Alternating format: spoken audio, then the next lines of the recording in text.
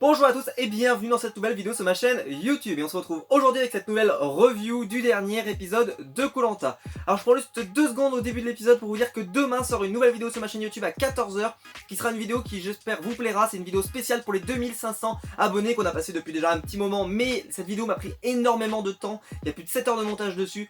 Elle sort demain à 14 h, donc si vous voulez aller la voir, voilà, en tout cas ça me ferait plaisir. Je pense que ça vous plaira, même aux fans de koh Lanta, parce que vous allez voir de très beaux paysages, de très belles choses. Donc voilà, n'hésitez pas, demain 14 h sur la chaîne YouTube. Voilà, petit instant pub est passé. On va revenir donc sur l'épisode de koh Lanta, un épisode extrêmement riche avec beaucoup de choses. Comme depuis le début de cette saison, il se passe beaucoup de choses. C'est vrai que Denis Royard avait raison, il se passe énormément de choses. Alors déjà je vais commencer par un point, j'avais raison. J'avais raison parce que je vous avais dit que Sarah, elle a été très peu présente dans le générique du début, et que donc pour moi ça voulait dire qu'elle allait pas faire longtemps. Je pensais qu'elle allait être éliminée au parcours, enfin voilà, lors du duel des héros, vous savez, les fameux duels qu'on avait eu. Et bah non, en fait elle a été éliminée juste après, on pourrait dire, donc ça n'a pas duré bien longtemps si on schématise. Mais donc ça confirme bien ce que je pensais, c'est-à-dire que Sarah ne restait pas longtemps dans l'aventure. Alors déjà, très dur d'imaginer que Sarah parte encore sur une décision médicale. Bon là c'est une décision médicale terrible, mais clairement elle peut pas continuer.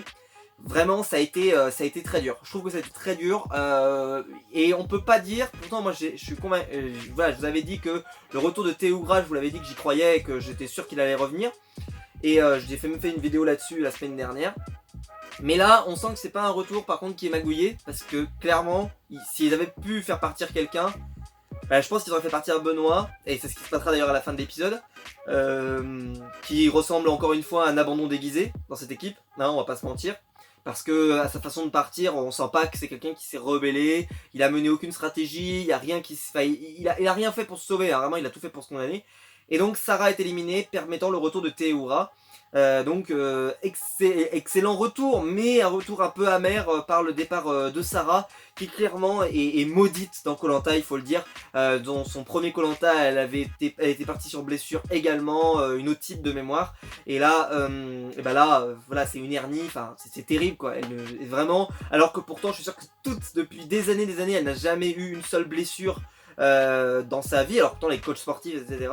Et malheureusement, bah, koh Lanta s'acharne sur elle, donc bah, c'est terrible pour elle. Donc franchement, ça a dû être rude, hein. Ça a dû être rude à l'apprendre, ça a dû être terrible. Parce que après, elle était contente que Théoura revienne, mais c'est vrai que c'est terrible, quoi. C'est terrible comme nouvelle quand tu as jamais pu véritablement, je pense, défendre toutes tes chances dans koh Lanta. Je pense que ça doit te miner, c'est terrible parce que elle aura beau faire 150 koh Lanta, t'as l'impression que ça ne marchera jamais, quoi. C'est horrible. Bref. Alors, donc, épisode extrêmement intéressant, qui, malheureusement, a été allègrement spoilé par le générique, puisque le résultat de la course de radeau avait été spoilé dans le générique. Et donc on avait beaucoup de choses dont on connaissait déjà quasiment l'identité, et après en plus les cordes ont l'élastique a rapidement donné un vainqueur et un gagnant.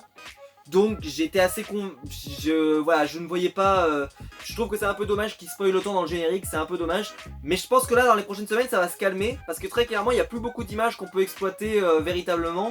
Car beaucoup des images qui étaient dans le générique sont passées, ça y est, je crois qu'elles sont quasiment toutes passées. Il doit en rester une ou deux, une avec Théoura où il avait un anneau autour, mais franchement s'il en reste une maximum, je pense que là on va rentrer dans une période où justement on va pouvoir plus prendre du plaisir sans avoir besoin de suranalyser, et c'est bien aussi parce que c'est un peu gênant. Alors, l'épisode a été très simple et va être très simple à chroniquer. Pourquoi? L'épreuve, donc bon, Claude et Jess. Donc Claude n'en veut pas à Jess d'avoir voté pour Théoura, car il le comprend. Claude est quand même un des plus grands stratèges du jeu, donc il comprend pourquoi elle a fait ça, pour se sauver. Et ils disent, et après on comprend bien qu'il veut faire dégager Ahmad. Ahmad, lui de son côté, pense qu'il s'est créé un noyau très dur là à 5 personnes, qu'il n'y a rien qui pourra le fragiliser, qu'en gros il s'est mis dans une position de sécurité extrêmement forte. Il est même très fier de lui, très fier de ce qu'il a réussi à faire. Et là-dessus, bah, on peut pas lui donner tort, parce que bah, franchement il surperforme, et il est vraiment incroyable. Il arrive, il domine direct, on sent que Claude est en difficulté, il a envie de mettre Claude en difficulté. Et il va y avoir l'épreuve de confort.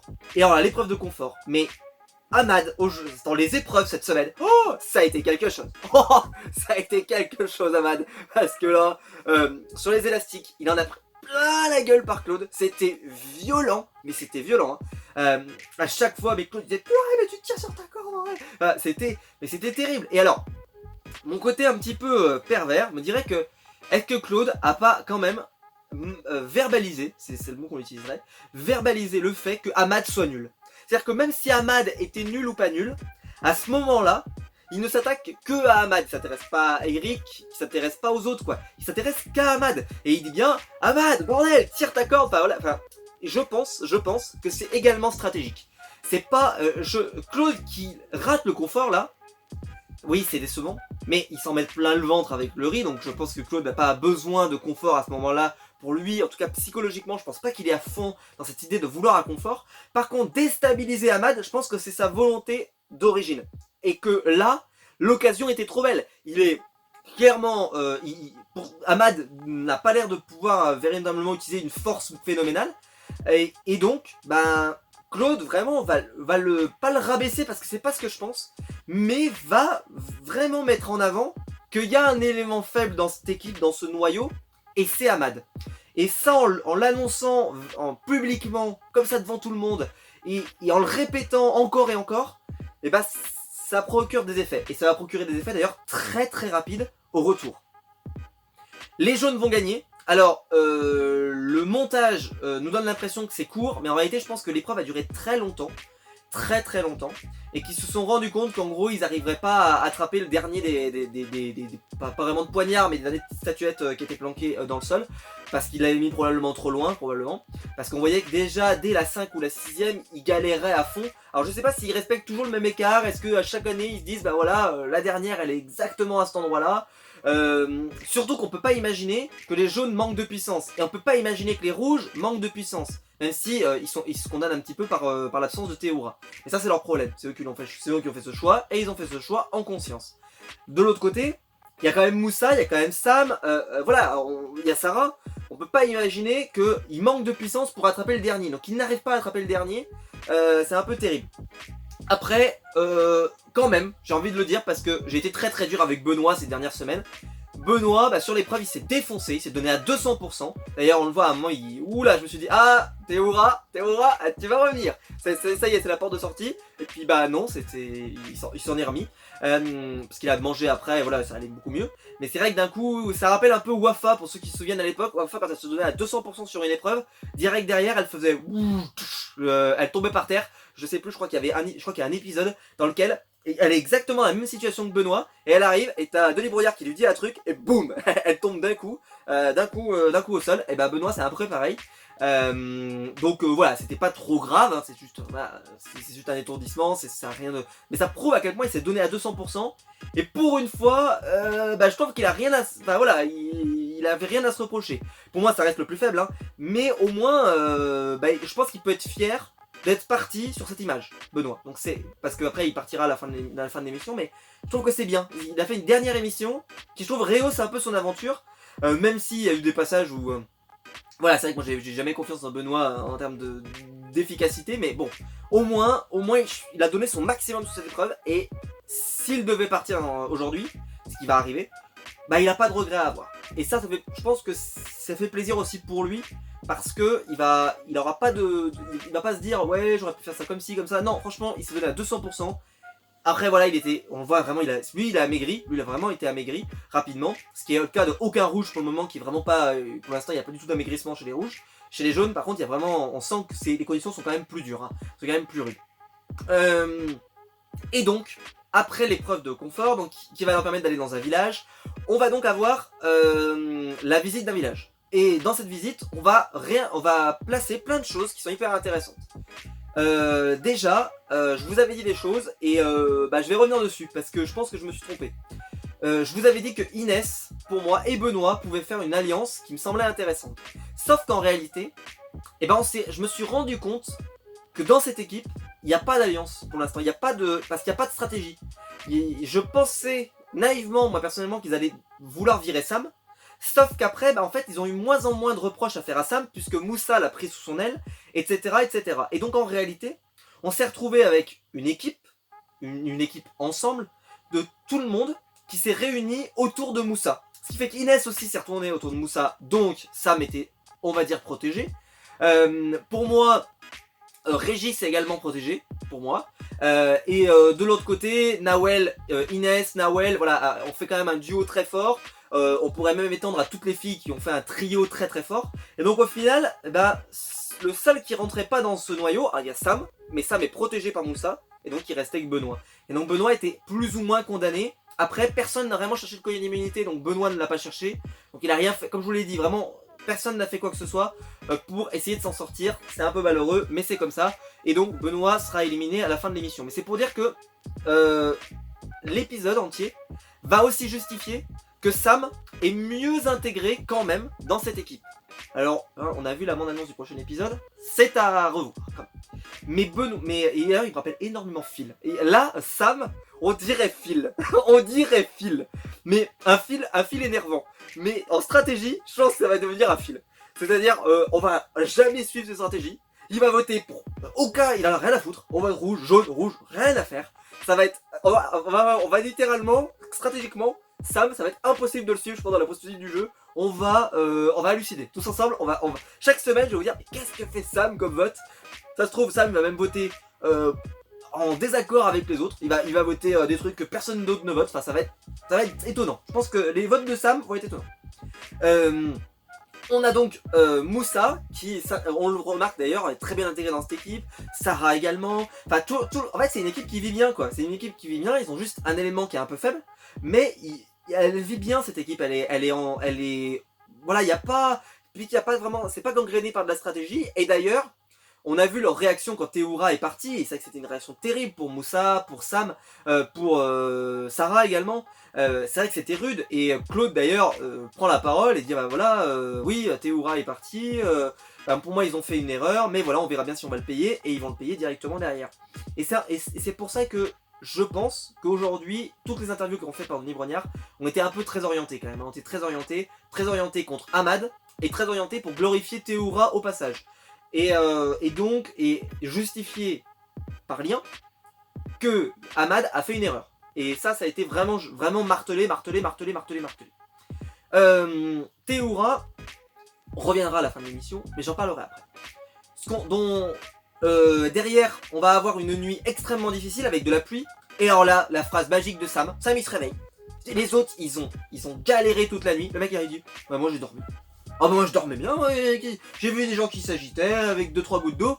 Enfin c'est Koh-Lanta quoi, moi je dors quoi. Je me suis mis de mon long, tout droit et je dors. Et c'était magnifique quoi, parce que tu sens que Sam, c'est pas les intempéries qui vont virer son mental. Et voilà, il va rester très dans son objectif d'aller très loin dans Koh-Lanta et de marquer l'émission. Et je pense qu'il est déjà en train de la marquer et on s'en rend même pas compte, mais on est en train de vivre quelque chose d'assez impressionnant avec ça.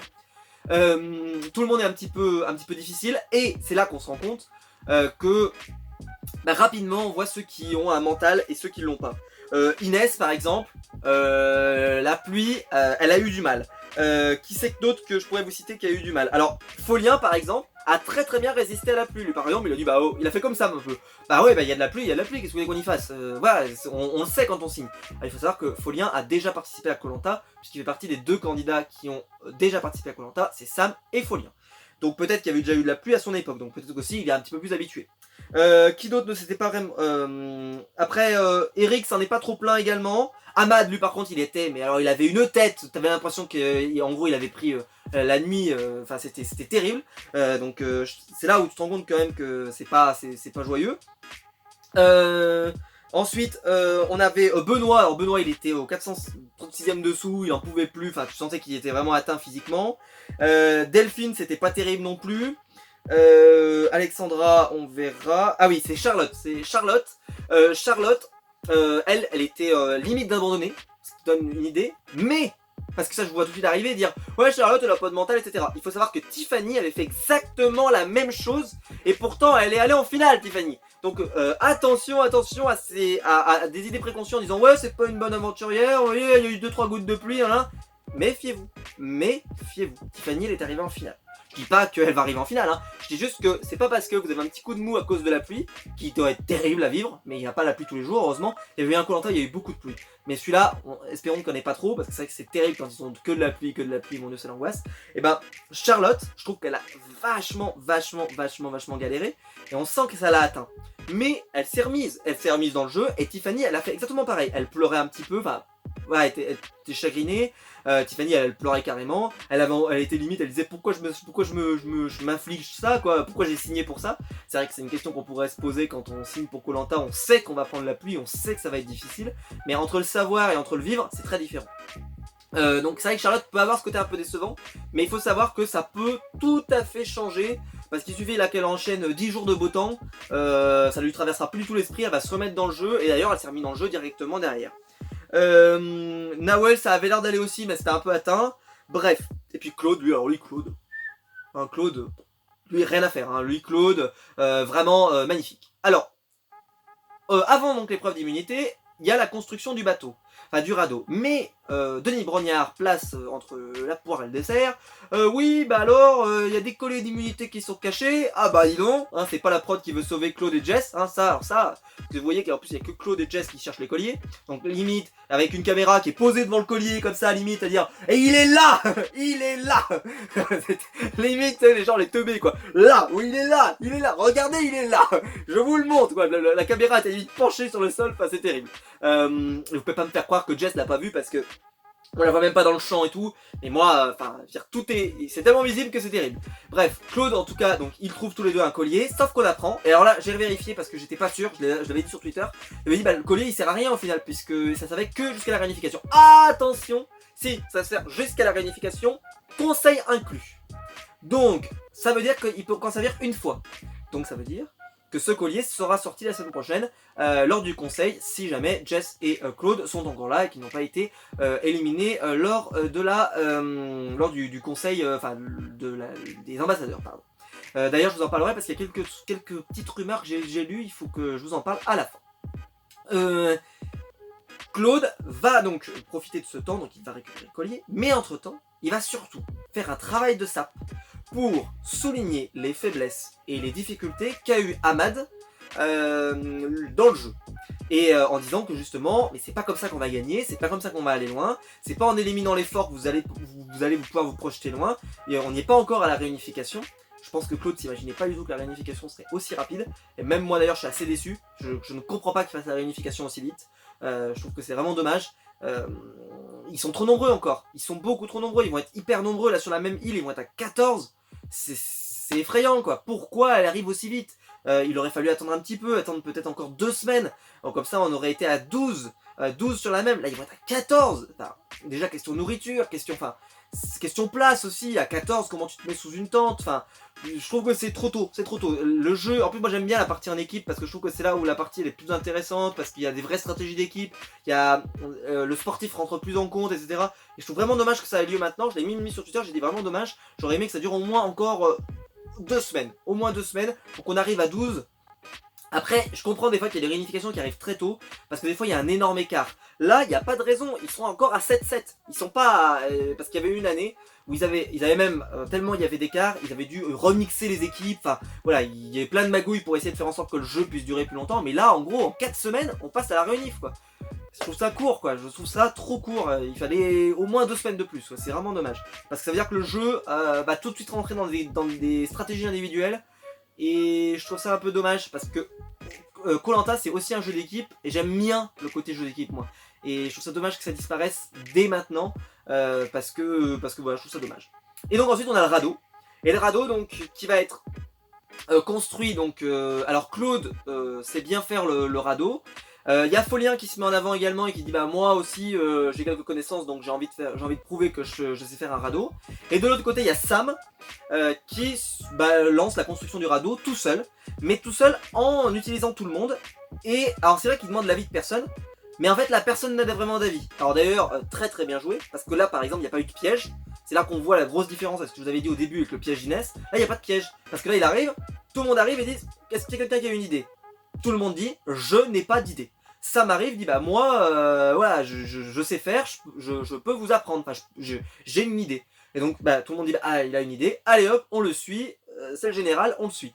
Et c'était très bien quoi, parce que là il n'y a pas eu de piège, il n'y a pas eu d'idée de ouais il va se mettre en avant. Alors par contre si c'était à double tranchant, je l'avais mis sur Twitter, c'est que si Sam perd, bah, enfin s'ils perdent, on peut très bien se retourner tous contre Sam en disant ouais bah c'est Sam qui l'a créé, c'est Sam qui a créé le bateau, il peut prendre cher.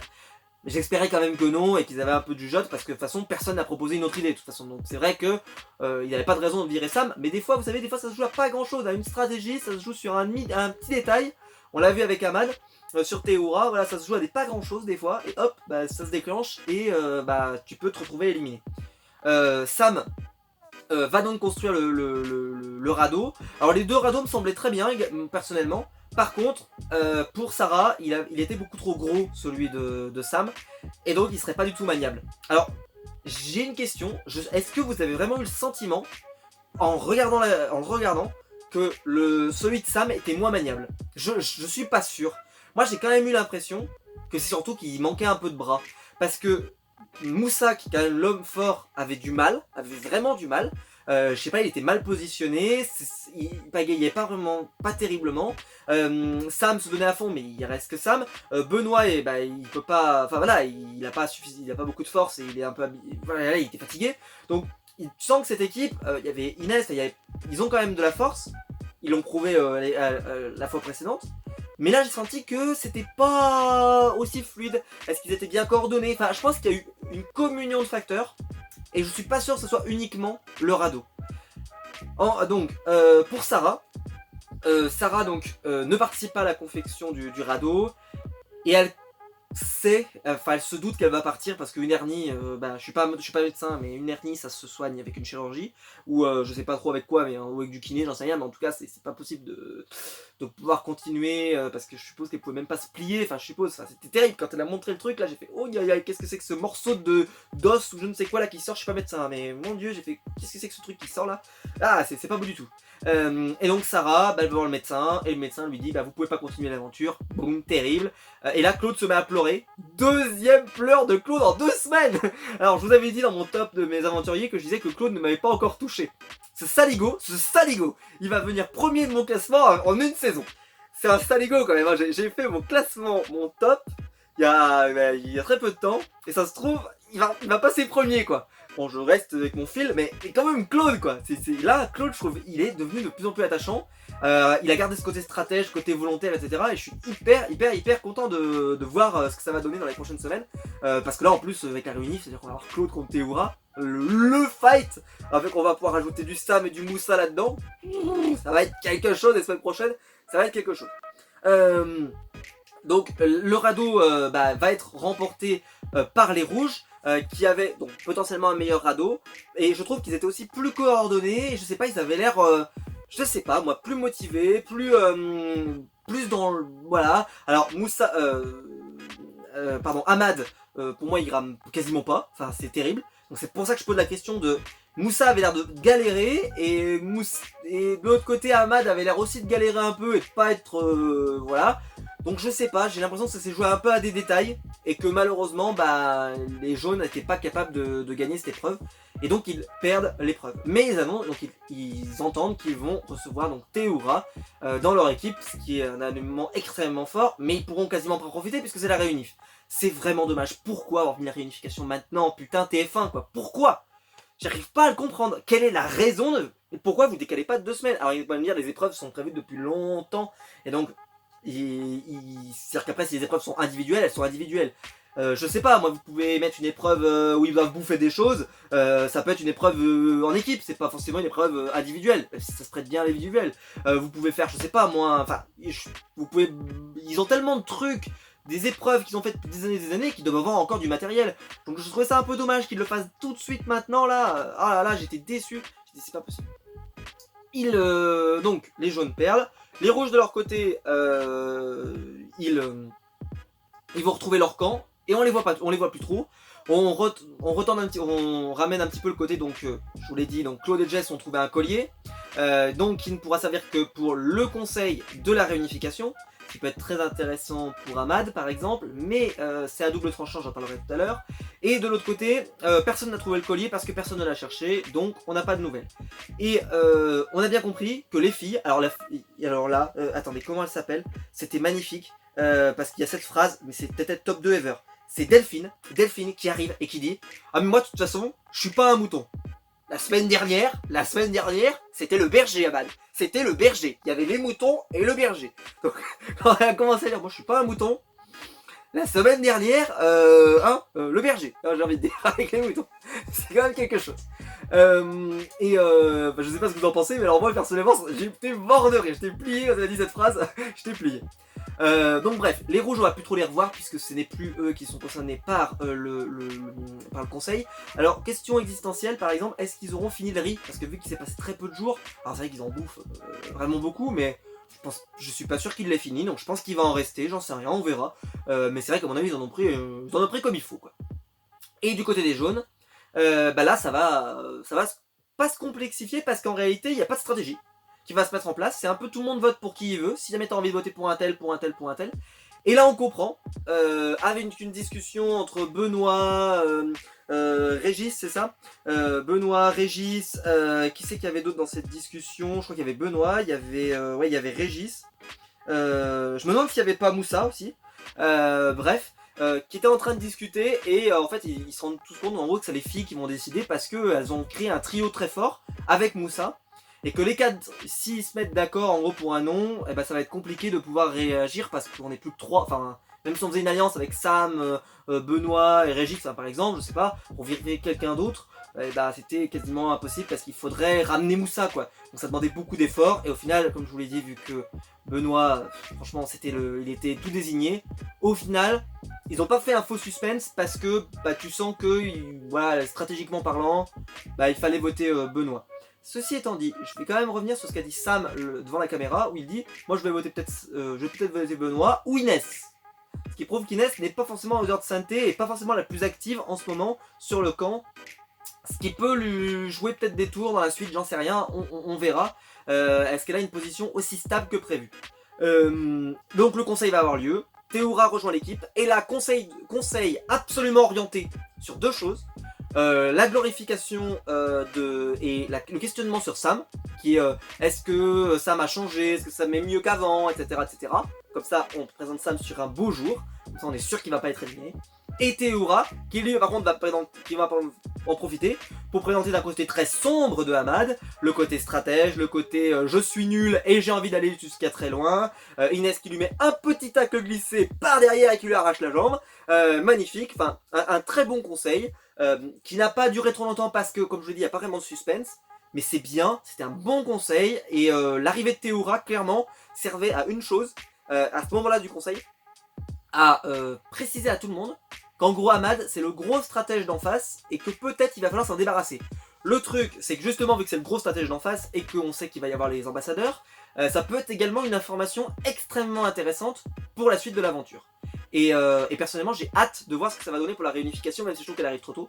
Donc Benoît va être éliminé, il va quitter l'aventure, il a aucun regret, tout le monde a voté contre lui, unanimité, ce qui est encore un excellent point et très bon signe. Je vous en parlerai après sur mes... J'ai fait quelques petits calculs, je vais vous montrer, sur une feuille, voilà, à la old school. Je crois que je vous ai parlé de tout. Bref, un excellent épisode, très rythmé et absolument divertissant. Et donc pour la suite, j'ai essayé donc d'écrire sur cette feuille un petit peu pour essayer d'être vraiment coordonné. Les idées. Alors, pour information, en jaune, il nous reste Alexandra, Inès, Moussa, Nawel, Régis, Sam et Théoura. Ce qui nous donne 7 aventuriers. De l'autre côté, chez les rouges, nous avons Ahmad, Charlotte, Delphine, Eric, Folien, Claude et Jess, ce qui nous donne 7 aventuriers. Ça fait donc 14 aventuriers, donc ils sont à égalité. Ce qui vous explique pourquoi j'aurais aimé que ça dure encore 2 semaines, parce que je pense qu'il n'y avait pas un trou pour que stratégiquement, là par exemple, ça veut dire que les ambassadeurs vont être extrêmement importants, parce qu'il y a une des deux équipes qui peut s'affaiblir. Le truc, c'est que si jamais on divise l'équipe rouge, on n'a plus que 5 aventuriers qui on pourrait dire l'équipe Ahmad, et Claude et Jess qui sont en duo et qui veulent se rattacher aux jaunes. Ce qui fait que les jaunes deviendraient 9, et les rouges, on pourrait dire, les rouges d'origine, donc les jaunes noirs, on pourrait dire, voilà, on va dire jaune noir, serait 9, et les rouges d'origine, eux seraient plus qu'à 5. Donc intéressant, parce que stratégiquement, pour le choix pour la suite de l'aventure, et en particulier pour les ambassadeurs, ça veut dire que selon dans quel coin vous choisissez, c'est-à-dire que si vous choisissez dans les jaunes, si vous choisissez dans le petit duo Claude et Jess, ou si vous choisissez dans les rouges, on ne connaît pas encore les circonstances. Mais j'ai vu sur Wikipédia, c'est une source absolument pas fiable, mais quand même, qu'il y aurait 2 ambassadeurs de chaque côté. Ce qui pose question, par exemple, si personne ne se met d'accord, est-ce qu'ils tirent tous la boule noire? C'est-à-dire que donc en gros il y aura une chance sur 4, ce qui augmente un peu tes chances de survie, ce qui est assez intéressant. Et donc s'ils sont 4, ça veut dire qu'il faut se mettre d'accord à 4. Ce qui est encore plus difficile de se mettre d'accord à 4, parce que déjà qu'à 2 c'est costaud, mais là à 4 ça va empêcher quasiment toute stratégie.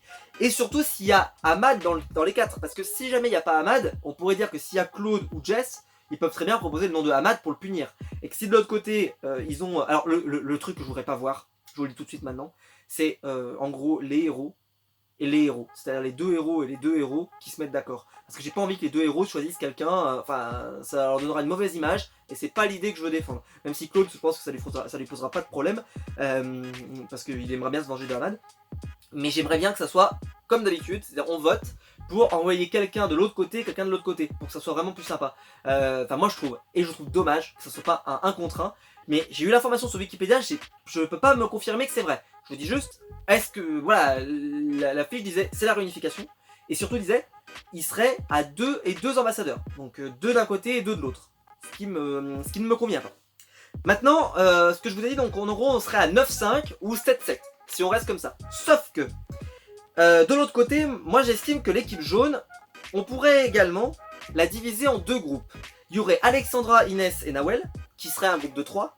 Régis, Sam, Théoura et Moussa, on pourrait dire, même si Moussa peut aller dans les 2 catégories, qui ferait un groupe de 4. Et ce groupe de 4, j'ai envie de le rajouter Claude et Jess, qui ferait donc un groupe de 6, extrêmement intéressant.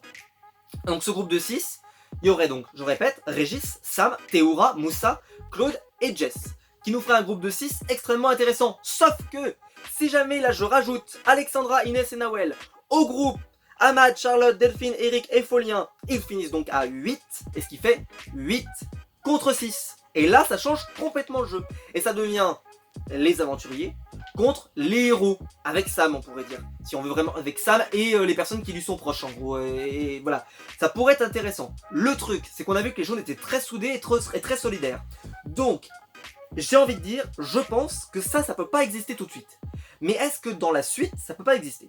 C'est-à-dire une division, parce que quand vous faites les calculs là, Alexandra, Inès, Nawel, déjà ça fait un groupe de 3. Un groupe de 3 qui se projette loin, qui se projette dans les orientations ou dans les poteaux, etc. Ça peut être extrêmement intéressant. Tu rajoutes Moussa là-dedans par exemple, on a un quatuor. Alors ils peuvent être 5, parce qu'on sait des fois qu'il y a eu des courses d'orientation à 5. Bref, mais quand même. Et là, si on se projette loin, il peut y avoir des projections très très loin de la part de ces groupes très très soudés.